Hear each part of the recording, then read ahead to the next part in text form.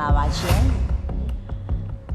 2025ခုနှစ်အတွက်မြမရုပ်ရှင်ထူးချွန်စုချီးမြှင့်ပွဲအခမ်းအနားသို့တက်ရောက်လာတဲ့အနုပညာရှင်များရဲ့ပွဲတက်ဝတ်စုံများထဲမှာအကောင်းဆုံးဝတ်စုံလေးမျိုးကိုစခုရရှိသူအနုပညာရှင်များ၏အမည်အားကြီးညာပေးပါရစေရှင်စုအမျိုးအစား၄မျိုးစလုံးအတွက်စကားတင်9ဦးစီးရင်ကိုတော့ BBTV application မှာကြီးညာထားပြီးဖြစ်ပါတယ်အခုအကောင်းဆုံးအမျိုးသားဝတ်စားစီရင်မှုအကြီးတန်းစုစခုရရှိသူကတော့ Academy သရုပ်ဆောင်နေတိုးဖြစ်ပါတယ်ရှင်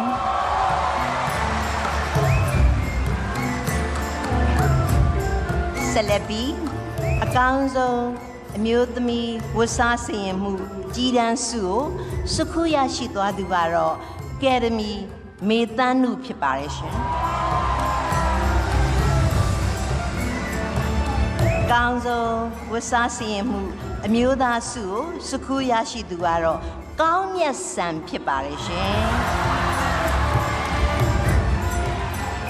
ကောင်းဆုံးဝတ်စားစီရင်မှုအမျိုးသမီးစုကိုရရှိသူကတော့ယရနာဘိုဖြစ်ပါတယ်ရှင်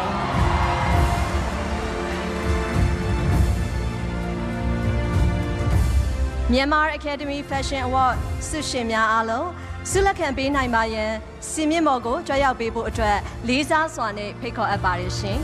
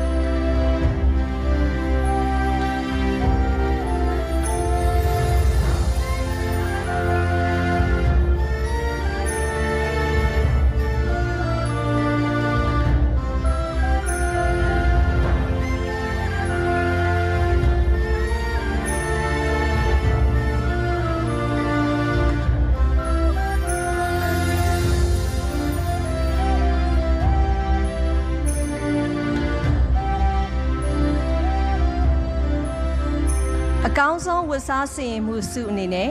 စိန်နှန်းတော်စိန်ရွှေတနာဆိုင်မှအမျိုးသားများအတွက်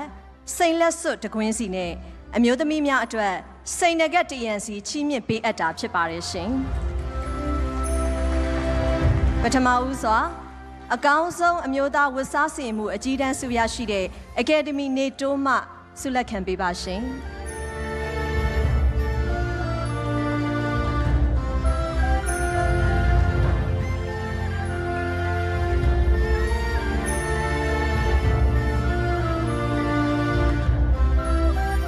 အကောင်းဆုံးအမျိုးသမီးဝတ်စားစီရင်မှုအကြီးတန်းဆုရရှိတဲ့ Academy မေတန်းနုမှဆုလက်ခံပေးပါရှင်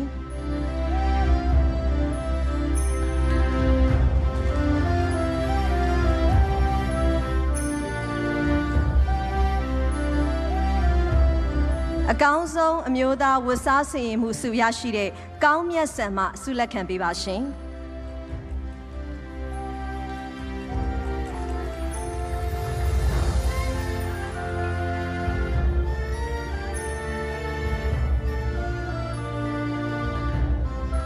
အကောင်းဆုံးအမျိုးသမီးဝတ်စားစီရင်မှုဆုရရှိတဲ့ရတနာဘုံမှလက်ခံပေးပါရှင်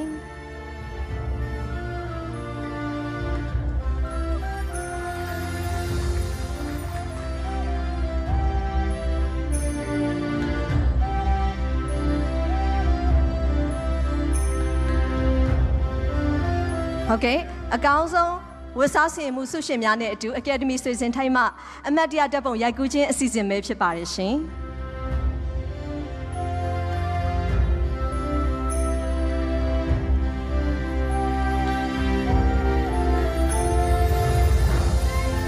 အခုလိုဆုများကိုဖွင့်ဖောက်ကြေညာ၍ဆုချီးမြှင့်ပေးပါတော့ Academy ဆွေစဉ်ထိုက်ကိုကျေးဇူးအထူးပဲတင်ရှိပါတယ်ရှင်။ အခုစီစဉ်ကတော့ကျမတို့ကျေးဇူးတင်စကားပြောကြားမယ့်အစီအစဉ်ပဲဖြစ်ပါတယ်ပထမဦးစွာအနေနဲ့အကောင်းဆုံးအမျိုးသားဝတ်စားစင်ရင်မှုအကြီးတန်းဆုရရှိသူအကယ်ဒမီနေတိုးကကျေးဇူးတင်စကားပြောကြားရန်ဖြစ်ပါတယ်ရှင်ဟုတ်ကဲ့အားလုံးပဲမင်္ဂလာပါခင်ဗျာဒီကနေ့ကြွားလာတဲ့လူကြီးမင်းများနဲ့အားလုံးလူပညာရှင်ဒီကိုမောင်နှမများအားလုံးမင်္ဂလာပါဒီကနေ့ဒီဝတ်စားစင်ရင်မှုဆုကိုကျွန်တော်ရရှိတဲ့အတွက်အရင်လဲဝမ်းသာကုန်မိပါတယ်ဒီဝိစုံလေးကိုချုပ်လုပ်ပေးတဲ့ဒီဇိုင်နာရှတ်တရပြီးတော့ကျွန်တော်တို့ရွှေမင်းညီနောင်ကနေပြီးတော့မှဒီလက်ဝဲနာတွေဆင်ပြန်ပေးတဲ့ညီကိုများအားလုံးနဲ့ကျွန်တော်တို့ပိုးတဲ့ပိုင်ရှင်စုမြတ်တင်ကြီးပိုးတဲ့ပိုင်ရှင်အမတွေအားလုံးနဲ့ဒီစုကိုရရှိအောင်အမှတ်ပဲကဲဖြတ်ပြီးခဲ့ကြတဲ့အကဲဖြတ်လူကြီးများနဲ့ဗုဒ္ဓင်ပြီးခဲ့ကြတဲ့ပရိသတ်များအားလုံးကိုအထူးပဲကျေးဇူးတင်ရှိတယ်လို့ပြောချင်ပါတယ်ခင်ဗျာအားလုံးပဲကျေးဇူးများကြီးတင်ပါတယ်အခုဆက်လက်ပြီးအကောင်းဆုံးအမျိုးသမီးဝတ်စားစင်ရင်မှုအကြီးတန်းဆုရရှိသူအကယ်ဒမီမေတန်းနုကကျေးဇူးတင်စကားပြောကြားပေးရန်ဖြစ်ပါတယ်ရှင်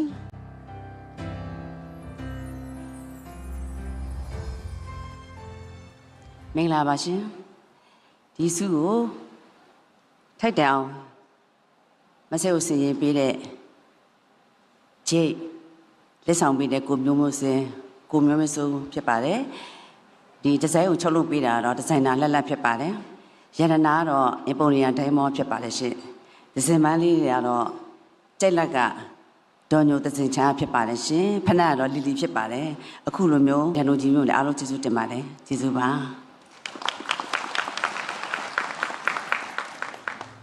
အခုဆက်လက်ပြီးတော့အကောင်းဆုံးအမျိုးသားဝတ်စားစင်ရင်မှုဆုရရှိသူကောင်းမြတ်ဆန်ကကျေးဇူးတင်စကားပြောကြားရန်ဖြစ်ပါတယ်ရှင်ကြွရောက်လာကြတဲ့လူကြီးမင်းများနဲ့ပရိသတ်များအားလုံးပဲမင်္ဂလာပါခင်ဗျာအခုလိုကျွန်တော်ကိုဒီ Fashion Award ဆုရအောင်အကဲဖြတ်ပေးတဲ့ဒိုင်လူကြီးမင်းများအားလုံးကျေးဇူးအထူးတင်ရှိပါတယ်ပြီးတော့ဒီကရင်မျိုးသားဝတ်စုံလေးကိုချုပ်လုပ်ပေးတဲ့ကိုငိမ့်ကိုချစ်ကန်ချစ်ကိုလည်းကျေးဇူးအများကြီးတင်ပါတယ်ပြီးတော့အခုဒီ TV ကနေ online ကနေကြည့်ရှုနေတဲ့အကဲဖြတ်ပေးတဲ့ကျွန်တော်တို့ရဲ့ဒါချစ်ရတဲ့ပရိသတ်တွေအားလုံးလည်းကျေးဇူးအထူးပဲတင်ရှိပါတယ်အခုဒီစင်မြင့်ပေါ်မှာအခုလိုကရင်အမျိုးသားတိုင်းရင်းသားဝတ်စုံလေးကိုဝတ်ဆင်ရတဲ့အတွက်လည်းဂုဏ်ယူပါတယ်လို့ပြောကြားရင်းနဲ့အားလုံးကျေးဇူးအများကြီးတင်ပါတယ်ခင်ဗျာအခုတခါအကောင်းဆုံးအမျိုးသမီးဝတ်စားစင်ရင်မှုဆုရရှိသူရတနာဘိုကကျေးဇူးတင်စကားပြောကြားရန်ဖြစ်ပါတယ်ရှင်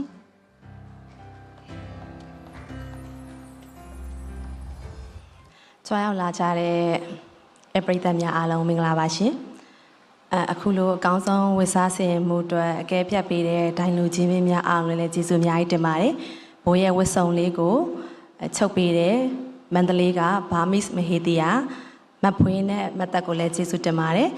မိတ်ကပ်လေးလိမ့်ပေးတဲ့ချစ်လက်ဝရဏပြည့်စုံရှင်တို့လည်းကျေးဇူးအများကြီးတင်ပါတယ်ပြီးတော့ဘိုးချစ်ပြီးတော့အားပေးကြတဲ့ပရိသတ်များအားလုံးလည်းကျေးဇူးတင်ပါတယ်လို့ပြောချင်ပါတယ်ရှင်အခုလိုကျေးဇူးတင်စကားပြောကြားပေးသွားတယ်မြန်မာ Academy Fashion Award ဆုရှင်များကိုကျေးဇူးအထူးပဲတင်ရှိပါတယ်ရှင်အကောင်းဆုံးဝတ်စားစင်မှုဆုများအတွက်BBTV Mobile Application မှာချီးမြှင့်တာဖြစ်ပါတယ်ရှင်